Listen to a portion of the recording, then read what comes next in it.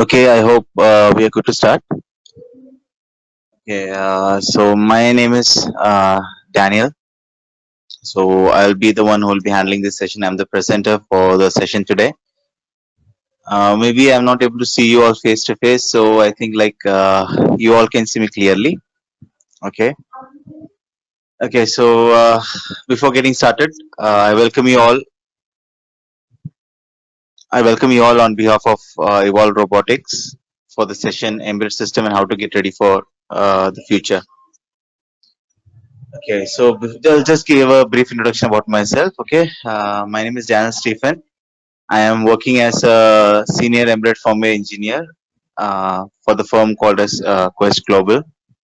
So I have around 6 years of experience in writing firmware code for in the embedded platforms, and also like I worked in different platforms like automotive platform, audio platform, infotainment, and also for automotive system.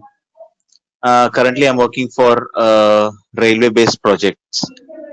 So you might have seen all your metro rails, right? Metro Link and Metro Rails. So one such project for European customer. So this is short about me, and my qualification is I have completed my MTech, specialized in embedded systems. Okay, I think that's all is needed from my side. So I will be handling a session on embedded system. What is embedded system? Why do we need to learn embedded system, and what is the future scope of it? So basically, embedded system. Okay, I'll be continuing in English. So if you have any queries, like maybe I think if chat space is enabled for you, you can just send the query.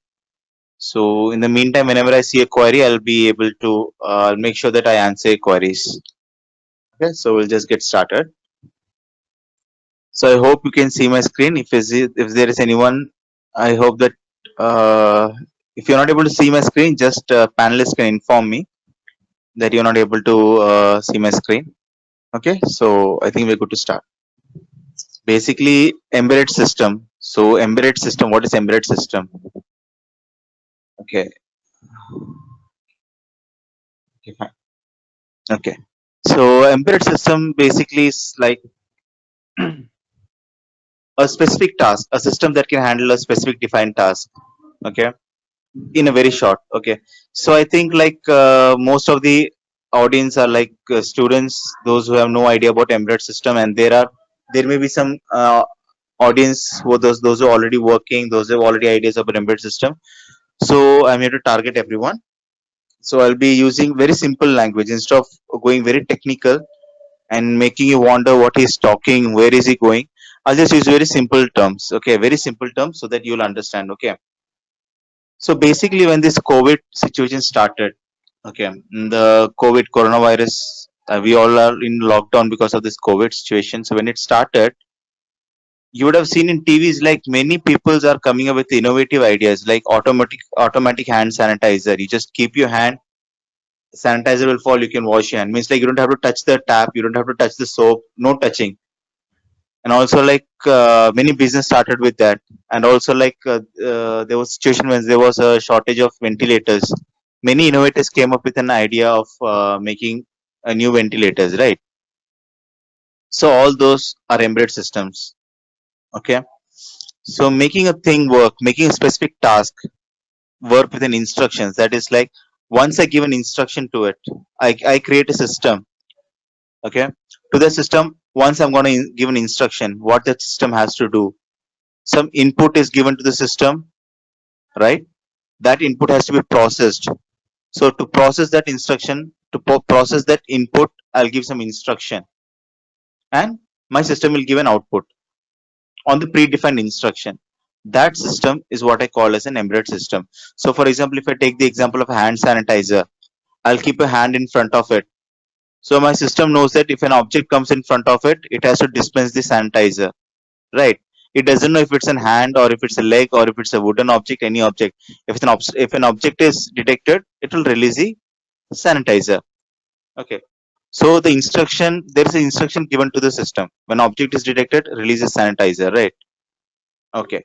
So that is what we call as an embedded system. Okay. So now going a little bit deeper into it. Now where are this instruction processed? Where are this instruction processed?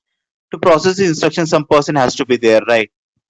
For example, if in a you enter an office, a security will be there. He is given some predefined instruction. So to carry some predefined instruction, a security is sitting there. He will ask all your ID. He will check your temperature. He'll ask you to enter your details, all those blah blah blah, ABCD. Okay. So there is someone to handle those instruction, right? So inside our microsystem, inside our small systems, we have a small computer inside. Okay. I am directly going to the term called as computer. I'm not explaining like it's a microchip, it's a system on chip. No, I'm not gonna talk about that. I'm just gonna say that there is a small computer. Okay, that computer is different from the computer that we use in our day-to-day life. In our day-to-day life, we use a computer which we use for n number of purposes. I cannot say that my laptop is only for watching videos. I cannot say that my laptop is only for writing, typing the notepad. No, it is a general purpose. It is not a system that solves a specific. Okay, so the computer that I'm talking about now inside a sanitizer, it is programmed to handle only a specific task. It cannot be used for handling a general task because I'll come to that point later on. Okay. So there is a small computer inside wherein I have already given the instruction, right? So that is a core, that is a heart, that's a brain. That is the brain of my system, right? Brain, what does the brain does? When an input is given to it, it will receive, it will remember, okay, when the signal comes, I should do this. That's all it will do. Nothing else. A signal is coming inside, it is doing some processing and sending a signal outside. That's all. Now that doesn't, now only doing this, my sanitizer is not ready, right? My sanitizer is not ready just by processing the instruction. There has to be someone to feed the instruction to my brain, right? There has to be something that feeds the instruction to my computer. Okay. So there we come for a sensor. We call it as interfacing with the external devices. Okay. I will keep a sensor. All right. So that sensor, that is nothing but a sensor that detects an object. That's all. Nothing more than that. I'm going to use a sensor. Okay. When I place a hand there, the sensor will check an object, detect an object. So when an object is detected, my sensor will send a signal. Okay, a parameter value or some value to the computer. Okay, and my computer is programmed to work only on that value, no other value. It cannot work on any other value. It cannot work on any other details. Okay, so sensor gives the value to my computer. Now my computer receives this. Okay, I have received the signal. Now I know what I should do. So my computer will do some computation on it. A simple computation. It can be any type of computation. Okay, and that it will send outside. Now outside I need some dispensing unit, some motor, some pump, a valve I need. Okay, so all those are controlled by the output signals. Okay, so now I'm going to tell you input.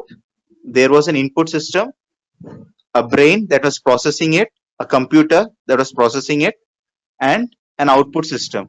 So this system, what I called as an embedded system. Okay, to be very specific, I'm not going to very big example. Simple example during this COVID time. Okay, so a input system is there. Input can be a sensor, it can be a switch, it can be your remote control. Okay, it can be anything. It can be camera. The sensor can be a camera. It can be anything. Input unit. That input is given to the a computer, microcomputer.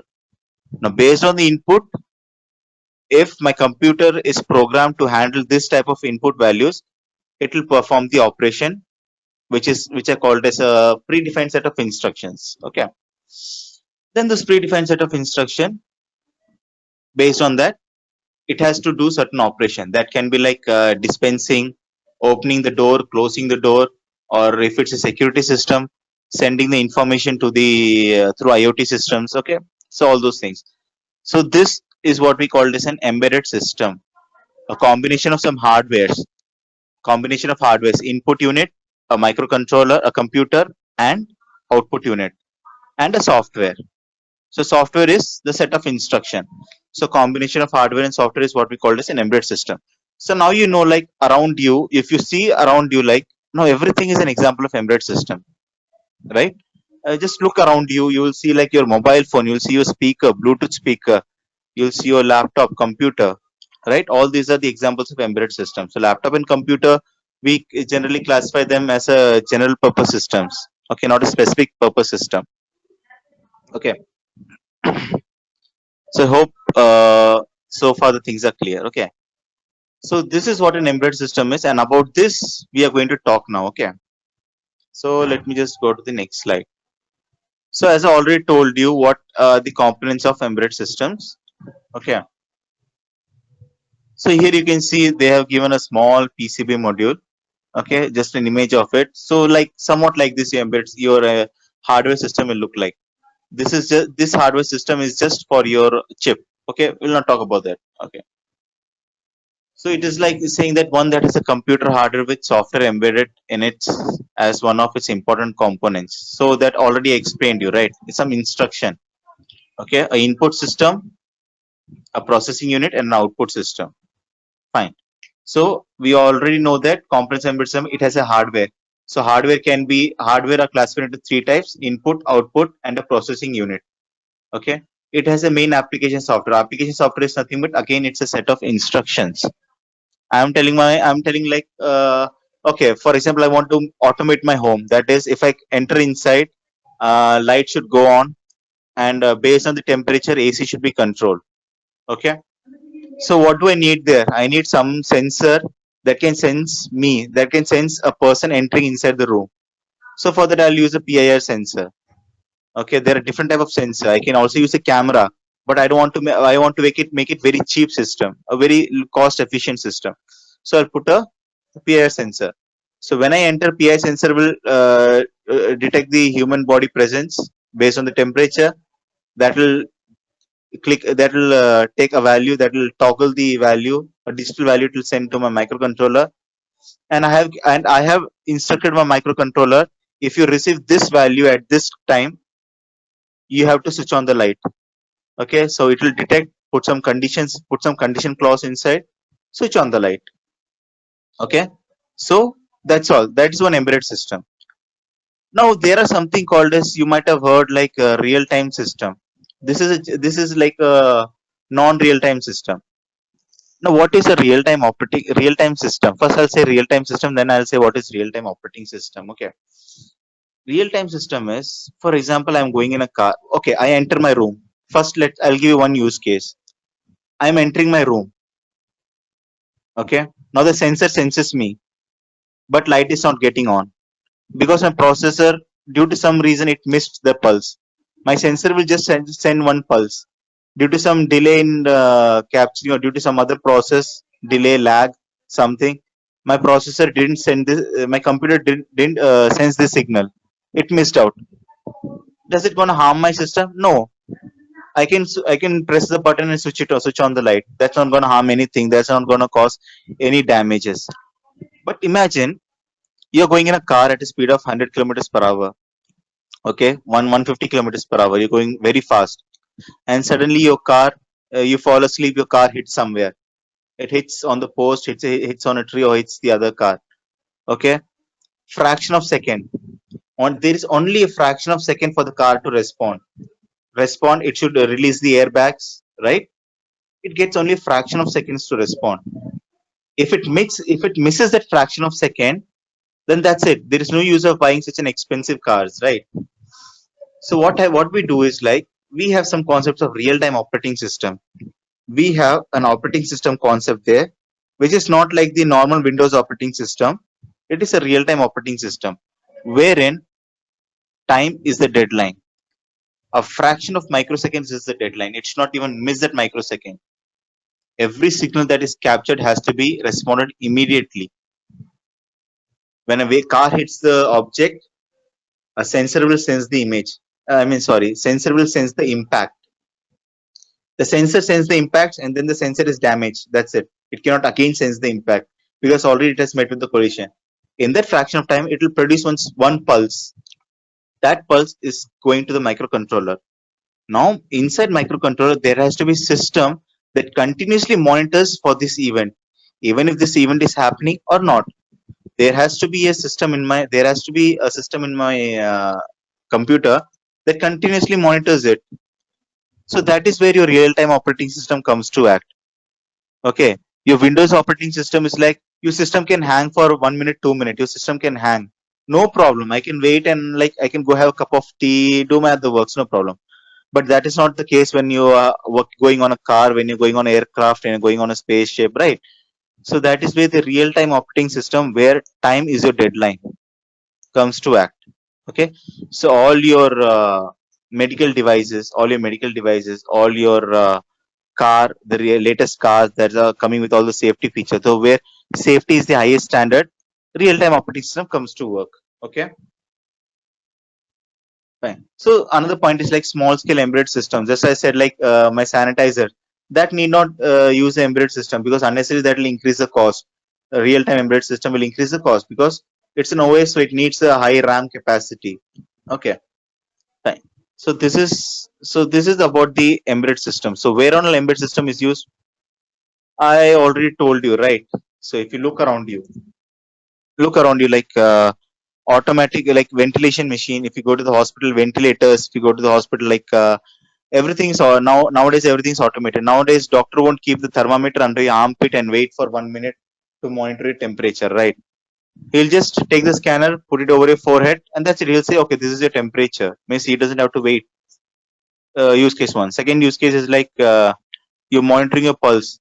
He doesn't have to press the pump, and wait for some time. No, he'll just put a band around your hand and press the machine. It will automatically monitor everything, right? So wherever you see process getting simplified and faster, okay. Your bikes have the disc brake. Now the bikes are coming with anti-brake locking system, self start. Okay, so there and all like embedded system comes to work. Okay, embedded system is like instead of keeping all your mechanical stuff, kickstart needs a huge mechanical parts, right? When you press the kick, it has to rotate the cranks and the shafts, and then that has to create a motion inside your carburetor, and then ignition happens. But now it's like press of a switch, ignition happens, your vehicle start, right? So your vehicle is becoming very light nowadays. Okay, so I hope that so much of lecturing is not boring you. Okay, fine. I think this since this being just a one-sided communication, so please bear with me. Okay, I'll give you some more examples. So innovation. Okay, as and when the innovation comes, as and when you may think of making your life easier.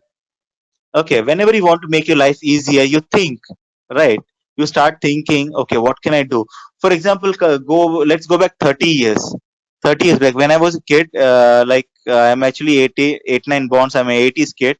So when I was in in the year of in 90s and all, when you see Ambassador car, okay, Ambassador car will be like it was considered to be very heaviest car. It was very heavy, a very big car, very heavy, and you can like when the car moves, inside the people sitting inside can feel the vibration. Okay, if you go from from Trivandrum to Ernakulam, you'll exhaust. Even right from Trivandrum to Kollam, if you go, you'll just get exhaust. You want to take some rest. Okay, why? Because the car was very heavy. This will give you a simple example. Every door will have one key. Okay. For dicky, one key. For right door, one key. For left door, one key. For bonnet, one key. My God. So like your car keys will be a bunch of keys. Okay. So then just now imagine. Now you just imagine. Now there is no key. There is no key. You just press the button, everything opens. So that is what innovation is. Okay. So innovation. So as and when the time passed. Okay. Take example of a SD card, right? If you see 20, 30 years back, if they wanted to create a memory device, these big tubes were used, right? These big tubes which will be holding charges. That is to just hold one bit charge. Imagine to hold one bit memory, you'll be using these big tubes. Okay, so that was so then as and when the creativity people started thinking. Now a charge can be held within a small capacitor, right? Put a capacitor. If you want to create a gate, put a transistor. Transistor and capacitor will be a small memory unit for you. I'm just giving a very simple example, right? So now if you see like 1 TB memory is just inside your hand. Within your hand, you can hold 1 TB memory. SSD. I'm talking about the HDD. Now you talk about the SSD. One TB I can just within my palm grip I can hold 1 TB memory. Okay, so that's where your innovation. So life is made easy. So as and when the like it all started, the size they wanted to make it very light, everything very light. So nowadays you can see a car. It's very less mechanical and more of the embedded system. So automotive industry, if you see like automotive industry, it has a lot of needs for an embedded engineer, a person who can write a microcontroller coding, a person who can create, who can write some real-time operating system. Okay, a person who has a knowledge in real-time operating system, a person who has a knowledge on microcontroller. Okay, so it's a very rich field. Embedded system, if you see like everywhere, your telecom industries. Okay, aerospace, even in agriculture, IoT. Have you if you see about IoT, IoT is everywhere. Look around you, Alexa, your mobile phone, it speaks to you, Alexa, everything, right? Sorry. So that is where everywhere is embedded system. Okay. Now if you see a train system, I am working in a railway project. I never knew that even your door system, your door locking system, door opening and locking, everything is recorded in the at what time the door was opened, at what time the door was locked. Okay, at what time the engine started, everything is there in the diagnostic systems. Okay, because I've been doing coding for that, for the railway projects. I've been doing coding for all this vehicle control unit. So there if you see if you see a person, if there is any, if a train is going in a certain place, it is going in the curve we come around traction. Okay, there slipping and sliding, everything is detected, every sensor. So you see like how everything is made safe for you nowadays. You're traveling, everything is safety, right? So that's where embedded system comes to work. So right from your simple toys, right from your simple your birthday candles. Okay, right from your happy birthday candles to all your railway system, to all your aerospace system, to your satellites, you can see like embedded system is there around you. Okay.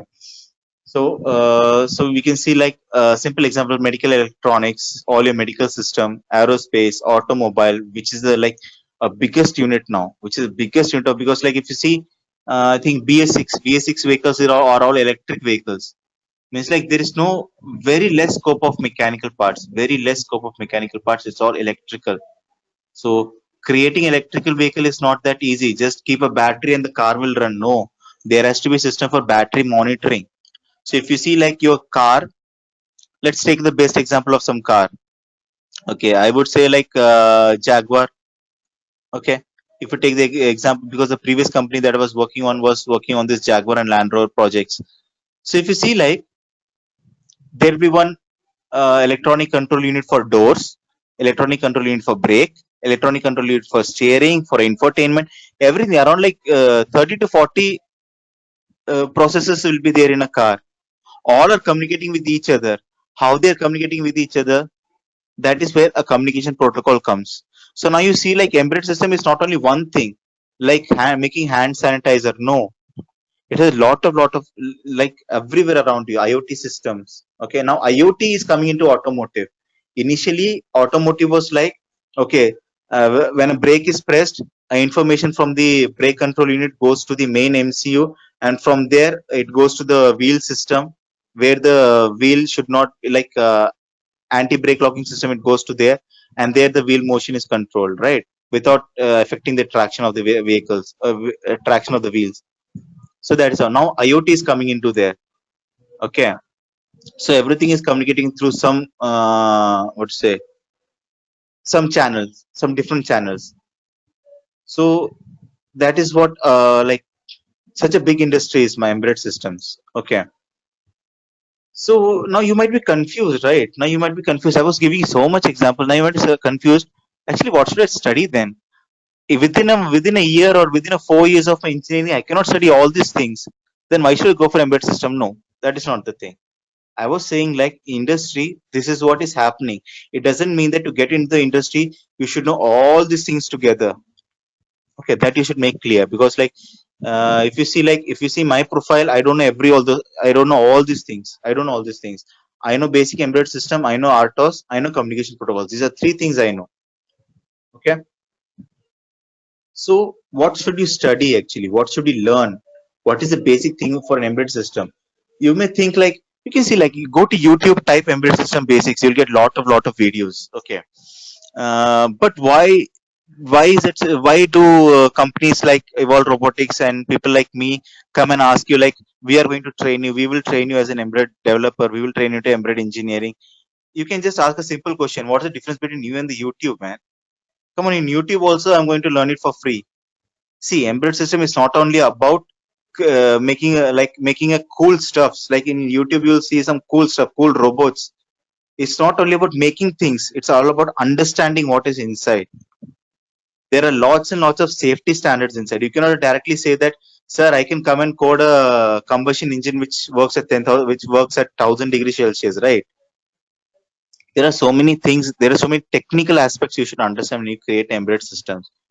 Okay, just in YouTube, yes, you get, yeah. Even people like me, those who are having vast experience, for some doubt, for some queries, if my bootloader is not working, if my ID is failing, if my firmware is failing, we'll refer the website. Okay, but that is not a learning platform. That is just a reference platform. Learning platforms are different. Okay, because you should know where are the places you can make the mistake. Okay, and what are the mistakes that you can possibly make, how to correct that, what impact will that have on your system. Okay, because just writing a code will not make your system work. There are so many dependencies on it. Okay, so now let's go to the learning part. So far I was explaining about what embedded system is, what is the scope of embedded system. Again, we'll be touching on it. Okay, what skills should I have to be an embedded engineer? Okay, to be, for learning embedded system, if you want to learn embedded system, no problem, you can come as you are.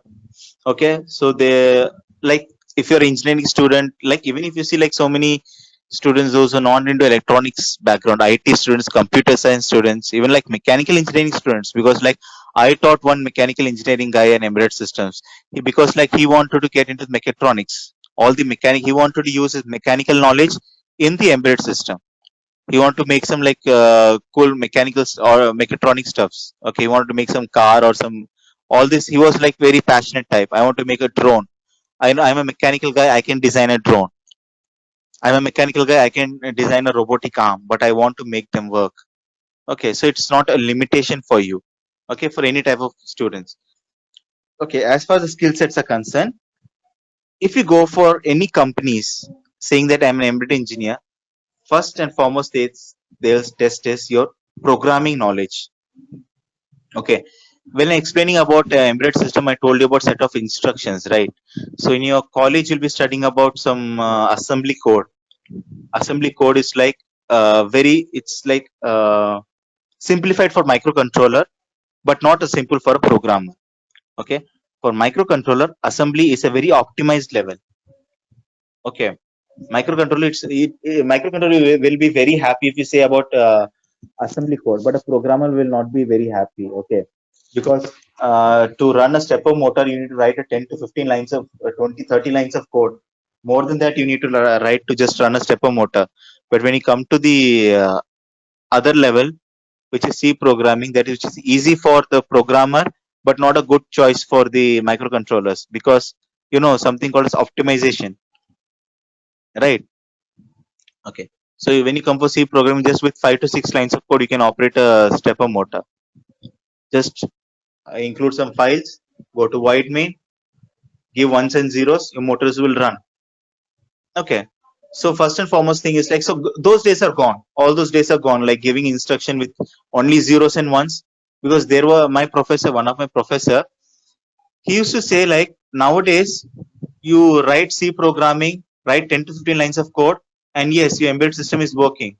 You have a tool chain from where you load the program to your microcontroller. But during his days, he used to say, in my days, I used to write programs in ones and zeros. Okay, because if you open the data sheet of a microcontroller, you will see like everything in address format, everything, instructions and everything will be in address format. So they used to write like he was around 30 years back. when there was a new processor introduced, 86 architecture processor, x86 architecture processor was introduced in the market, Indian market. That time he wrote the programming. Okay, from there it came to assembly level. Now it has come to your programming level where it is very made very easy for you. So that's why I said like C programming. Okay. Now you may ask me, is there any other programming being used in the embedded system? Yes, definitely it is used. Okay, C, C++, Python. Now I think even like Java is coming into embedded system. I'm not sure.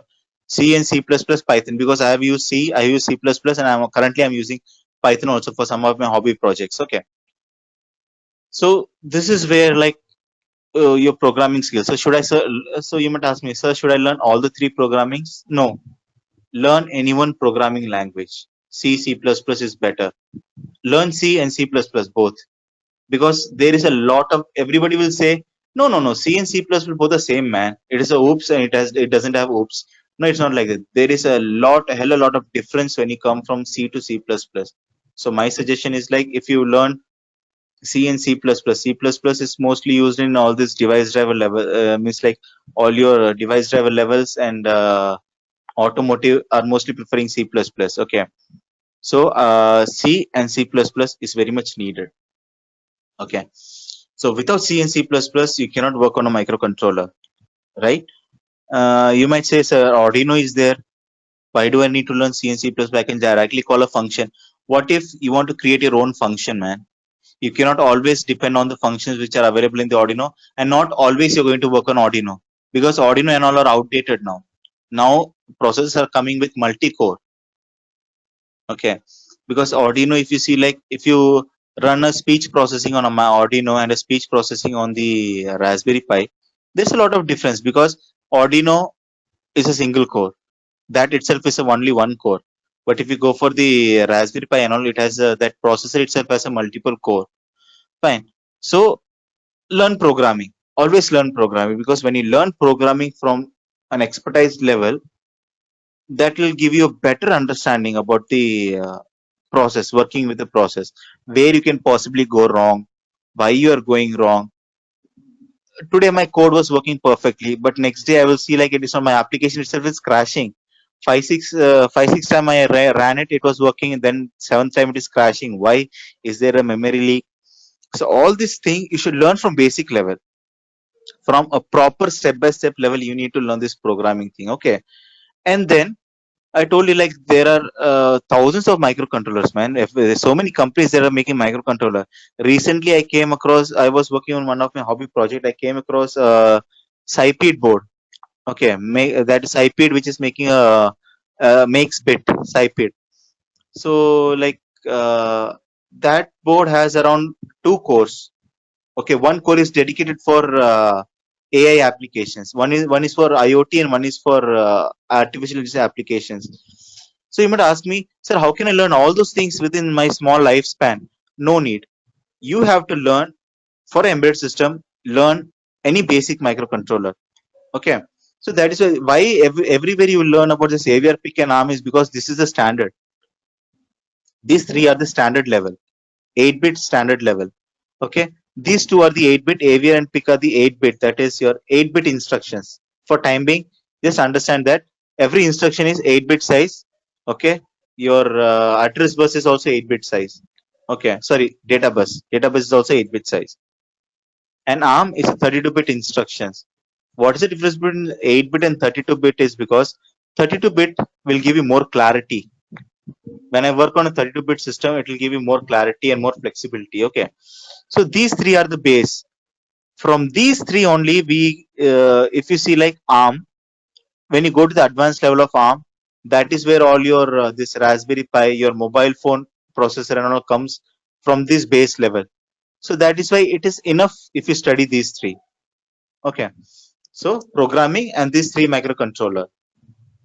Okay, now after studying the microcontroller, you should also know to interface different items, because like only with the microcontroller we're not going to work, right? Definitely it's not possible. I say like I can work with a microcontroller, that's not enough to create an application, right? When I talk about braking system, when I apply brake, from there a signal should go to the microcontroller. Now there are certain patterns, like different device communicate in a different way.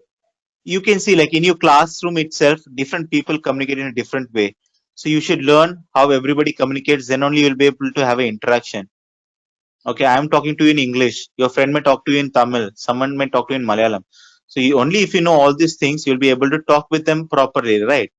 So that is where all the communication protocol comes. When interfacing, when we talk about interfacing, okay, when you talk about interfacing, I'm going to interface different devices. Understand?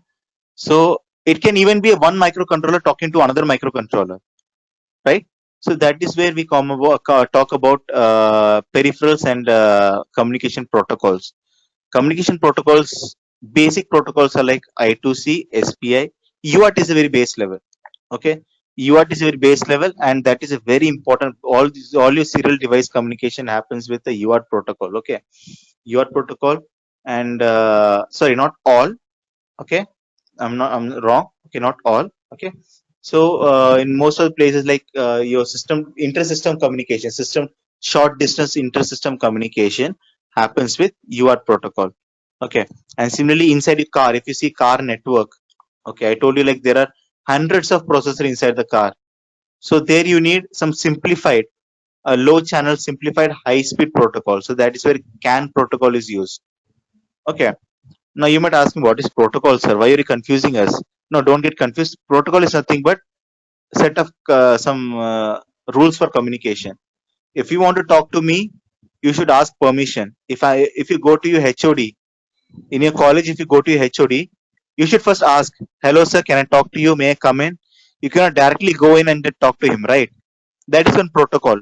Now, when you go to your principal, you cannot directly meet a principal. You should write a letter, give it to the peon. Peon will go to the principal, then principal will give an approval. That is second protocol. Similarly, device to device communication, they have a certain set of rules. That is what we call as a protocol. Okay. Now I understand very well, right? I am boring you all too much with too much of talks. Okay, so please bear with me. Okay, since this is all about embedded system, I know like you all have come with lot of interest, lot of enthusiasm, a lot of interest. Okay, and I'm sorry like this became just a one-sided communication. So this is what happens when we like when device communicates only one side. I don't know whether the other system is receiving properly or not. So there is no acknowledgement from your side, right? So that is also one of the important parameters of a communication protocol, acknowledgement, which you will be learning. You will be learning when in your embedded system course. Okay. Then kernel level programming. What is kernel? We talk about something called as real-time operating system, right? Real-time operating system. That is within a fraction of a second, the process should happen. Process should not wait. There should be no lag time, right? We were talking about there should be no lag time. Everything should work perfectly. Two processes are coming at the same time. Now you're sitting in a place. You're sitting in your room. Two persons are coming to you. One is your HOD. One is your friend. Whom will you respond first? Your friend or HOD? Huh? Come on, be practical here. Definitely your HOD will respond, right? So because that's a high priority task. So similarly, there is someone sitting inside your OS. There is someone. I'm saying someone. That's not a technical term. Okay. Inside OS, there is a set of instructions. There is a set of code which determines what should happen, which task should run now, which task should wait, which should not wait, which can be ignored. That is called as kernel. Okay, that is the place in the inside your real-time operating system. Inside your every operating system, kernel is the one who decides. If there are five processes coming at the same, if your five of your friends are coming to you and they want to talk to you, what will you do? First, you listen to first person, then you'll say, "Wait, I'm listening to the second person." Then you listen to the second person, then to the third person, then to the fourth person, right? So you're time slicing everyone. You're time slicing among your friends. So all these things are done in kernel. So that is also part of it. That's also a part of embedded system. Okay, device drivers. So I was talking about some communication protocols. Hope you remember, right? So microcontrollers. For example, I have a device. Okay, real-time clock. Let's talk about a very simple example. SD card. Okay, fine. Your SD card, your microcontroller has to read data from SD card and write data back to SD card, right? Your controller has to be programmed for that first. So for that, first thing you need to know is like how on what format does my microcontroller and my SD card communicates. You should understand the protocol, and based on the protocol, you have to write a code. Okay, a generic code. Okay, that is you have to write to set up the communication. You need to write one code. We call it as a com drivers. That sets initializes the communication. Now, after the communication is initialized, your microcontroller has to talk with your SD card. So that's where we call it as a device driver, a device specific code, a code which is specific to your device. Okay, we call it as a device driver. For time being, just understand only this much. Okay, you're inserting your SD, you're inserting your pen drive. Pen drive normally communicates with the USB driver. So there are two drivers involved here. One is a USB driver, which is generic for all the USB device. Now next is a driver which helps your pen drive to communicate with your computer, right? So two things are involved here. So that is where your device driver comes. For time being, just understand this much because it's a embedded system cannot be just handled in 1 hours. It's like a lifelong learning process. Even now, I'm learning most of the things. Even still, I'm in a learning stage. Okay, there are many device drivers which I don't know. I'm still learning. I will learn when a next project comes. If they put me into some other project, I have to learn that, right? So that is what learning process. Then we already spoke about real-time operating system. This is the main part, man. Come on, whatever you learn in your life, no matter whatever you learn in your life, you learn mathematics throughout your lifetime, right? Throughout your lifetime, you are learning mathematics. We have learned about matrices. But does any of us know where are we going to use those matrix operation? Hmm? We have learned about arrays. We have learned about matrix, two-dimensional data and everything. So many things we have learned in our life, like calculating geometry. We learned like when I'm given a circle of unknown radius, how do I calculate the radius? Because all these things we need to. But where am I going to apply this? We don't know. That is where your innovative thinking comes. And innovative thinking, don't worry about it. It comes with your experience. Okay. All your innovative thinking comes with an experience. Even if you ask me so many things, I may not know. But when I learn about it, when the experience comes, I will learn a lot of things. So that is very innovative thinking. Think, think broadly, right? Because previously nobody wanted this automatic hand sanitizer. Come on, man. Nobody even bothered about it. But suddenly, when a time came, people started making the automatic hand sanitizer, and some next level of people they made hand sanitizer with UV compartment. There's a UV compartment below. There will be hand sanitizer on the top. There will be temperature sensor. Innovation, right? Nobody. There was a time when nobody even wanted. I didn't even thought about. Ah, man, come on, this is a very good thing. Automatic. I used to think it's a waste of money, but now you see, automatic hand sanitizer has a temperature sensor. Come on, now it comes with a camera. It takes your image displayed on the screen and you extend your hand. So that's what innovation is like, making simple set of thing. IoT. I never wanted my home to be automatic. I just come inside, switch on the light, I sit, I relax, I do everything. But now if you see like everything is in a mobile phone, you don't have to get up, enter in a mobile phone, open the app, switch on the light, sit. Switch on the TV. Okay, from my mobile phone I'll do it. Switch on the AC, control the AC from a mobile phone I'll do everything. So that's where your innovation. You should think broadly. Okay, don't say that no, these things will not work, these things are not going to work. No, if you have an innovation, make it work. Okay, I already spoke to you like just writing a code, just going to YouTube, writing a code doesn't make you embedded engineer, right? Because in embedded engineer there is a major part of hardware also involved. Okay, because many a times when I was in my new into this career, I was new to this career. I was working in some project centers where like students will be coming with all the beautiful ideas. I was writing the code. Code was perfect. There was no error, but it was not working. Code will not work is simply because like you have written some code. Code are always dependent on the hardware that you are design. It is always a wrong thing. Like first I write the code, then I design hardware. No, first you design your hardware, then for that hardware specific we write the code. So there are so many dependencies on the hardware also. Your code will be perfect, everything will be correct, but it will not work because you didn't write it according to your hardware. Okay, and if there is anything, you should be able to debug your hardware. Where my signals are missing, where my signals are getting distorted. Okay, where my data are corrupted. Okay, like impedance mismatch, where the impedance mismatch is happening. What should I do there? Because when you go for communication, in communication protocol, impedance mismatch are very common thing. You will send A I will send A in my from my microcontroller to other device, but there some hash will be received. Why? Because data are lost, right?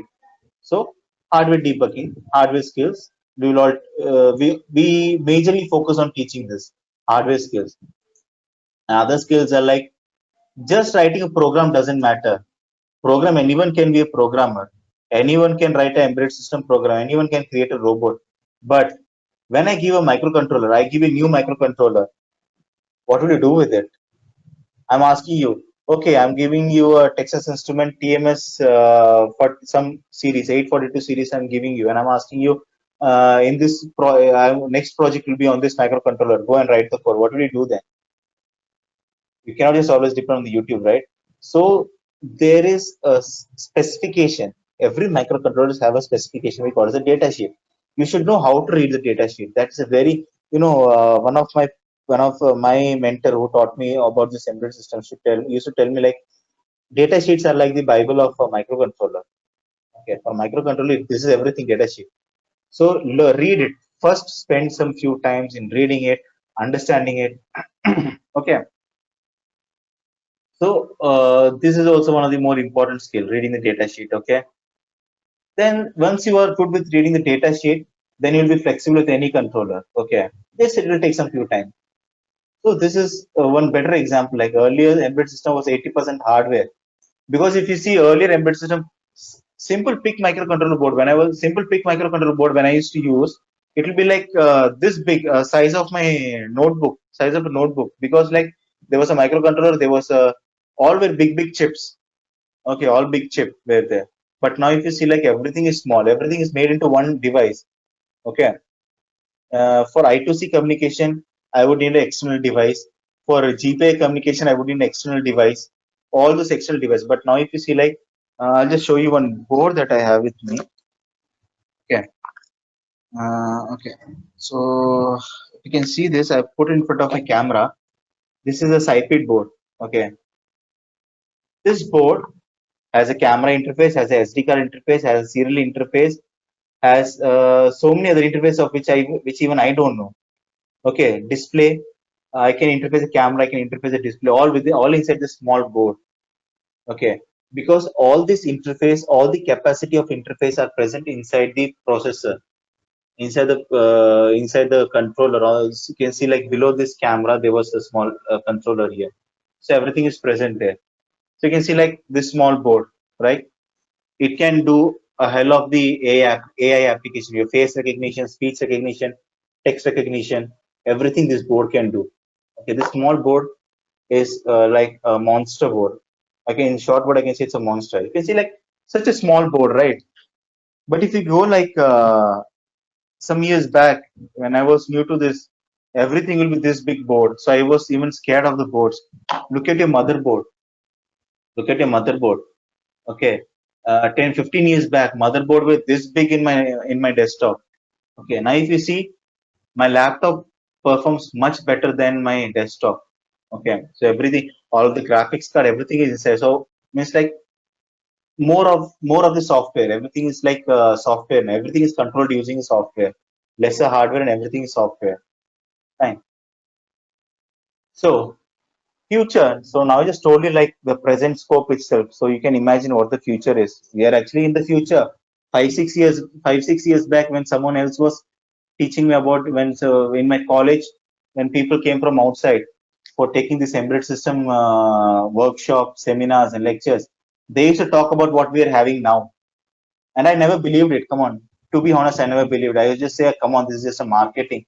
10 years back, like who taught IoT? Okay, when I was doing my engineering, who taught? I never taught about IoT. I never knew what is IoT is. But suddenly, if you see now, everything is IoT. Okay. So as per the future scope, so technically it has a very big scope. Still, the scopes are increasing. Everything they are trying to make virtual. Everything is going to be virtual. I hope you have seen this Iron Man movie, right? So Iron Man movie, Alexa. They have used Jarvis. Here now we are using Alexa, right? When Iron Man movie and all came, Jarvis was like, some people even laughed. Come on, man, who will make such a? Is this possible? A computer talking with a computer responding you. Computer understanding your feelings and emotions, is it even possible? But now, but now if you see like Alexa, I ask a question, Alexa answers me. Alexa talks to me, right? So once upon a time, we were dreaming of the future. Still, the scopes are increasing. Okay, so scopes are very much increasing. Like now, every companies like Wipro, Infosys were only once upon a time investing only in the software, only in the application software, system application software. No companies were investing in the embedded. But now, if you see every companies, like 99% of the companies are investing in the embedded system. Now they're having the embedded R&D. Now they're having the embedded department. So it's everywhere around you. Okay, but only for the right skilled person with the right skill, a person who can understand the microcontroller, who can understand the technical requirement, technical feasibility. Okay, they don't want someone who has studied from the YouTube and all. They want person who can understand it, who can clearly understand, who will be able to debug the issues. Okay, so that's the person they're looking for. And as far as the salary, initially, yes. Initially, if you see like in the starting period, depends on what company you join. Some people directly get into the Qualcomm and they earn lakhs in a year. Some people they directly get into the ARM. Some get into the microchip. Different companies. People depends on where we are getting into. Okay, so depending on that, your initial pay will be. Initially, I have struggled. Okay, initial 1 year, there was a time like I worked even without salaries, but now I can demand. Okay, now I can demand. I will say, if you give a rate, give me this, I'll work for you. Or else there's many companies that are ready to hire me. So initially, like the yeah, salary will be constrained. Yes, you have to work with what you're getting. That's for the only 1 or 2 years, first 2 years. After that, it's what you demand for an embedded. If you have the right knowledge, right skill set. It's not that now I learned embedded system throughout the life. I'll be only going with this knowledge. No, that won't work. Even in your work, you should upgrade yourself. Even in the work time, if you upgrade yourself with the latest OS, latest RTOS, latest device drivers, that's very good, well and good. So you will be demanding. Yes, okay. So I told like I'm basically a firmware developer. So embedded software firmware, where I also work on firmware and also on the RTOS. Device driver is not my domain. I do device driver, but not in the like OS level device driver. I just do on the bare metal device driver codings. Okay. So all these things, fine. These are all the scopes. Everywhere it's around you. Okay. So as I already told you, like starting package, initially 2 years it will be a difficulty for you. After that, like it's what you demand. Okay. Now I spoke so much about embedded system. I told you like there are so many platforms where you can learn embedded system. Okay. But now why you have to just evolve? Okay. Why you have to just evolve robotics? Because as I already told you, a proper procedural learning has to be there. First, when you learn programming, you should learn in a proper procedure. Okay, anyone can do programming. Okay, but there will be only very few who understand the programming, who understand the requirement, understand the solution, and they create it. Okay, so we teach in a procedural way, a level right from very low level to high level applications. That's how we teach. Okay, we make sure that when you learn a program, you should be able to debug why an error came, how an error came, how the segmentation has failed, why is there a short memory leak in my program, how to detect a memory leak, how to detect an issue with my code. Okay, so all these things is what we teach because like there are good level of experts here. Good level for me like programming. I have more than 6 years of experience and also more than 3 to 4 years of experience in the teaching, also training. Okay, this is the type of quality of training we provide. Okay, so embedded system not only will be teaching to work with a microcontroller, to debug the issues with the microcontroller, to debug a code, how we can debug the code, how we can like test and analyze the code. Okay, so all these things. Okay, so I think I have taken most of the time and sorry if I have bored you with my all theoretical part. That's what I was supposed to do. Okay, so let's get with the query session. Okay, panel team, I'm done with my presentation. Yeah, thank you, sir. Thank you for your right information with the students. Uh, Students, can you text if you have any queries or if you have any doubts with the regarding the embedded system domain? I believe that you have received a good direction with the embedded system now. So I'm expecting your messages.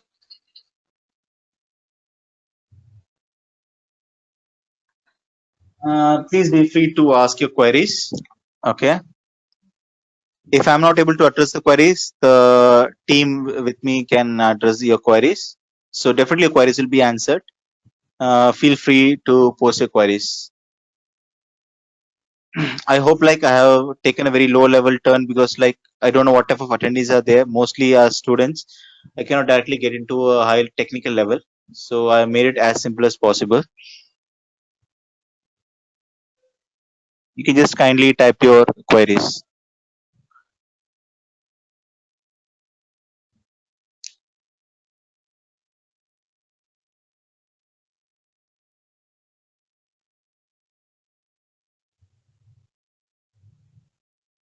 Yeah, we received a doubts like are the industries that are still using Arduino mainly as their microcontroller? See, that depends on your on the requirement and also on the project. Okay. Yes, there are companies which are making prototypes. See, Arduinos are not used in direct products. Okay, for example, if a company approaches me and they're asking for a automatic home automation system. Okay, for example, a customer is approaching me for a home automation system. First thing is like I have to give them a proof of concept. We give a prototype first directly before building the product, before launching the product, before working on the product. We deliver a prototype to the customer. We say that okay, your concept are implemented on a prototype. We call it a proof of concept. So those level we work on Arduino. Yeah, because like we want the prototype to should be very cheap level.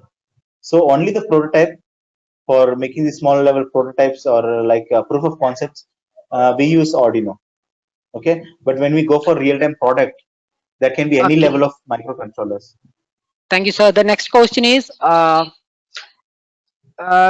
it be used the embedded C or common C programming is better to programming microprocessor? Okay, it is common C programming. Okay, embedded C is nothing special. Embedded system, everything is common C programming. But instead of using studio.h library, standard lib, instead of using conio.h, we will be using library files specific to the microcontroller. Okay, everything is same. We use if condition, for loop, while loop, switch, everything is used here.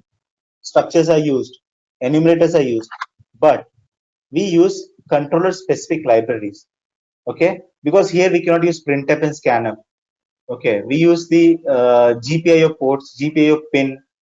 Okay, Tris logic, DDR logic, DDR, all the registers are used here. But everything is C. Okay, C with controller libraries. Okay, the next question with the Sharad Chandran, he's asking, is better to enter embedded system domain with a bachelor's or better with a master's?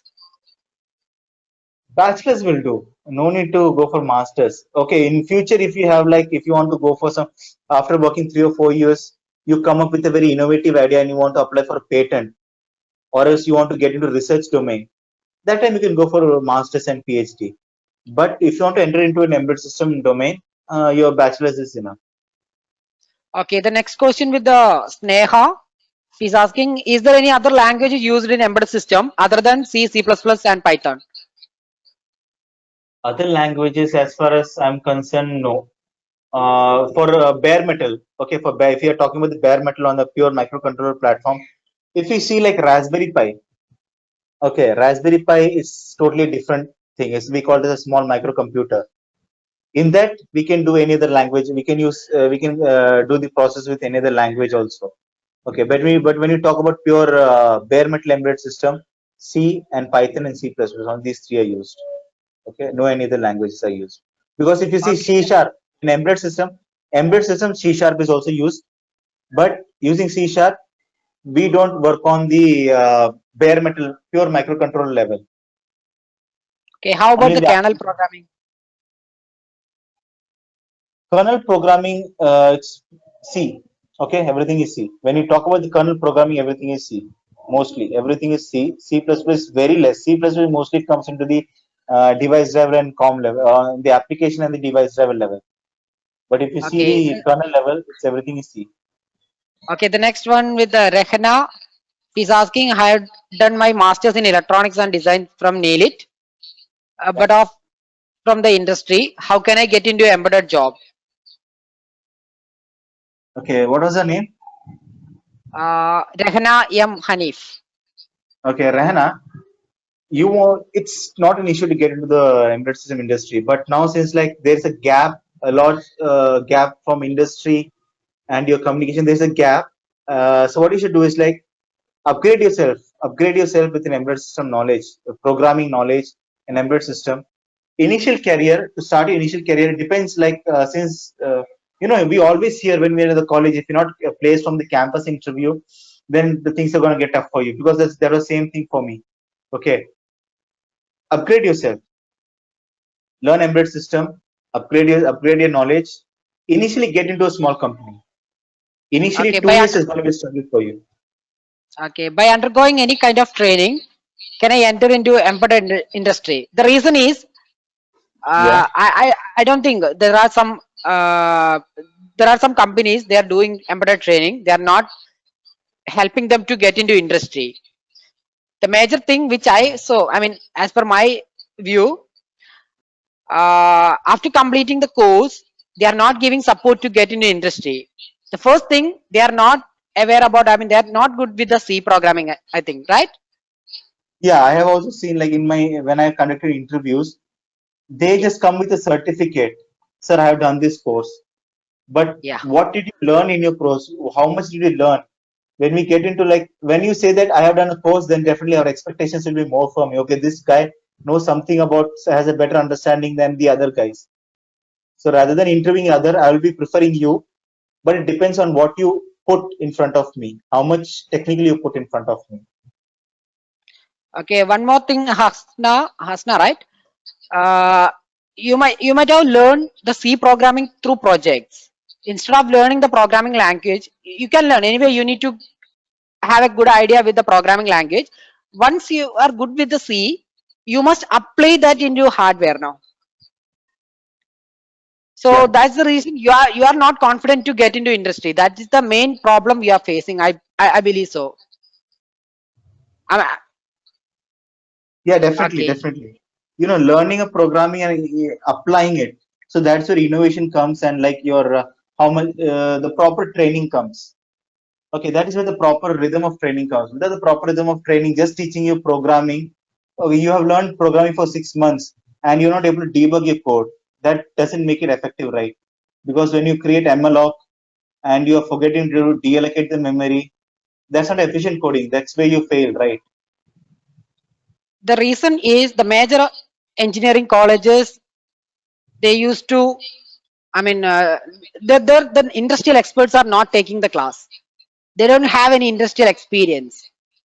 Exactly. So without that experience, they are teaching the concepts.